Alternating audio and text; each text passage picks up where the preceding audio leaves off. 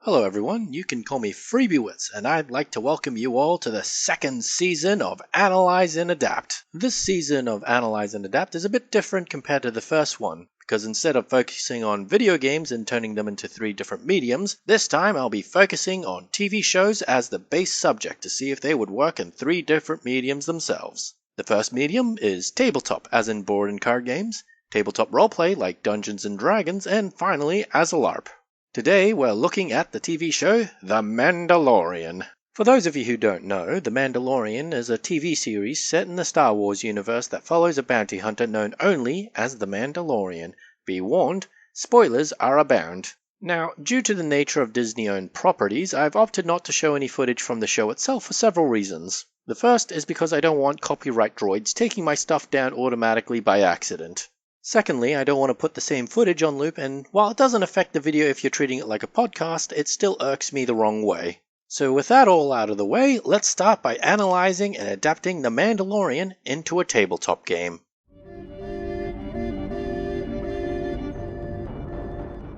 For the most part, The Mandalorian follows a pair of characters, one of which shoots at least one person or thing per episode, and the other who doesn't really participate in combat outside of a few rare points in the series. That said, despite his lone wanderer feel, he usually finds himself with an ally quite consistently. Sometimes this ally acts as just a guide, sometimes as an ally of convenience. Regardless, it's usually a race to see who backstabs who first, and when the Mando does it first, it's always 100% justified. Sometimes, however, he does indeed find himself shoulder to shoulder with someone who genuinely is on his side, and it feels great when that happens. To that end, I figured The Mandalorian would make use of some sort of treachery mechanic, or a cooperative board game with everyone teaming up for a common goal that happens to allow for a single winner. Sure, you can backstab everyone at the beginning, but take out your buddy too quickly and you might not have enough guns at your side later on in the game. That, and nobody likes to be taken out of the game at the start. After all, if the game takes an hour to play and you stop playing in the first 2 minutes, what are you going to do for the other 58 minutes? Perhaps everyone gets trigger events for their treachery. Maybe someone is secretly a traitor from the beginning. Maybe they can only attack their temporary allies when certain conditions are met. The idea to me has merit, but I feel if done poorly, it'll just end with the traitor getting mobbed by the rest of the group. Now, I could just give everyone a card that secretly gives everyone, and I mean everyone, a role, but I feel that it would be weird to have Ahsoka turn out to be a traitor in a group game. I want to capture the feeling of the show, not turn it into another werewolf-type game. Not that that would be a bad thing, I suppose. I could in theory take a page from the card game Bang, replacing the sheriff with the Mando. Everyone knows who he is because of how shiny and distinguishable he is, but the Mando rarely knows who to trust until later on in the series, or the episode. In this game, everyone else would be given the role of a random bounty hunter, all of whom had been hired by the Mandalorian to protect him and the child. Or Grogu if you're into Season 2. I did tell you about spoilers. However, at least one of the other hunters have been paid more by Moff Gideon or turned traitor for their own reasons. From there, he and the other bounty hunters have to figure out who they can trust before being blasted by the others. The other reason why I went with Bang as the base game is because, at its core, it is a western cowboy type game. A type setting, I should say. And from what I can tell, The Mandalorian takes heavy influences from the cowboy genre. Board games generally are meant to be played in one sitting. There are exceptions, of course, but such a medium lends itself poorly to an episodic format. If this Bang game was an episode in The Mandalorian, it'd be something that most folks would consider filler. Anyways, with that out of the way, let's see if we can analyze and adapt it to a more roleplay-oriented system.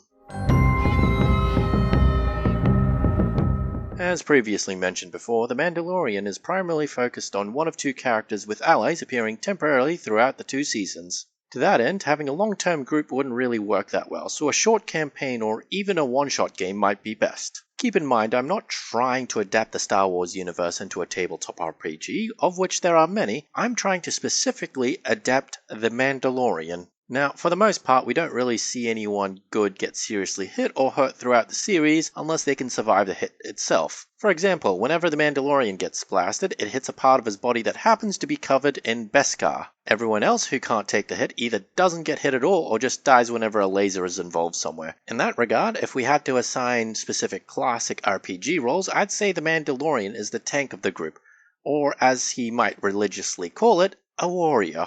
DPS has little meaning in a setting where everyone else traditionally dies in one shot unless the group is fighting a literal tank or a swarm of enemies, in which case, yes, DPS is very important. That's not to say that a Mandalorian type game should be a group type game at all. No. One-on-one games do exist and allows the game master to focus on the singular player. On the surface, this is a very combat-heavy type of game. The Mandalorian doesn't speak much and his motivations revolve around bounties and a few episodes in, the childs for one reason or another. As far as motivations go, he's a very simple character and one that's easy to plan for. Since we don't have to worry about multiple players, we can essentially put the player on rails. Now, hang on, I know it's a bit of a dirty word, railroading. But I don't see an issue with it as long as the players themselves know what they're getting into. Some people don't like horror games, some like politics more than combat, and others prefer a more munchkin-y type of experience. But as long as they know what they're getting into, I don't really see the issue. Now, HP isn't a really thing we can consider in a game where everyone dies in one blast. Rather, I suggest that HP be considered luck or plot armor. Whenever you get shot at or attacked, you lose plot armor. Losing plot armor doesn't mean you actually get hurt though. In game, you could have just dodged a blast, or maybe the enemy missed by that much, or maybe it lands on the Beskar part of your body as if they're magnets for lasers. Sure, it covers most of your body, but the gaps in between are huge. Seriously, the space between the pauldrons and the wrist guards alone should be a massive target for any rapid fire attack, and don't get me started on the fact that everyone keeps trying to punch his face, which is really, come on, look at it. It's fully encased in one of the most, if not the most hardest substances in the universe. In the one episode where he doesn't wear any Beskar, his shoulder plates get blown off. Seriously, what is about the Mando and getting his shoulders blasted? It's like, let's just move on to LARPing.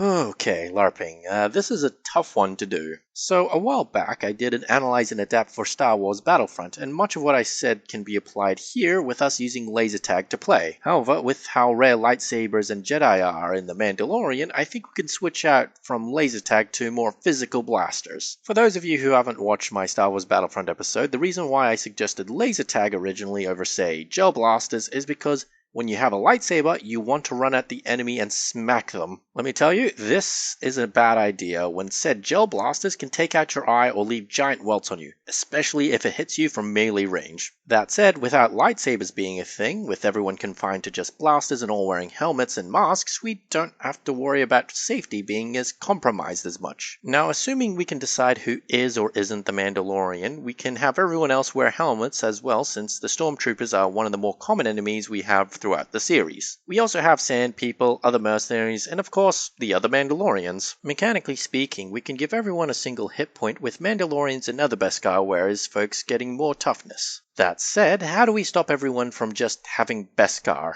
So, as a LARP, everyone can just choose to buy their own equipment out of character, unless there are strict out-of-character rules prohibiting this. To make things more balanced, there would have to be a rule in place somewhere saying that the armor they wear is just shiny and not Beskar to limit how powerful everyone is. To that end, Beskar could act just like a limited resource in the game. Everyone who wears real Beskar can wear an identifiable tag across their arms representing the tougher armor. If they're killed, they can be looted of this tag, but only make use of it once it's salvaged and reforged for their character. Otherwise, I can see the LARP being roleplay heavy, with everyone playing politics and making trade deals with each other. In that regard, the player base would be split into the martial characters and the more peaceful ones. Now, that's not to say that the peaceful characters can't fight, only that it wouldn't be their focus. Maybe a martial character can take a few melee hits before going down, while the less martial ones can't. Maybe make it a crime to kill one of these peaceful characters, which is where the bounty system would come into play. Based on politics, a peaceful character could hire someone to take out his merchant competition, or hire them as bodyguards,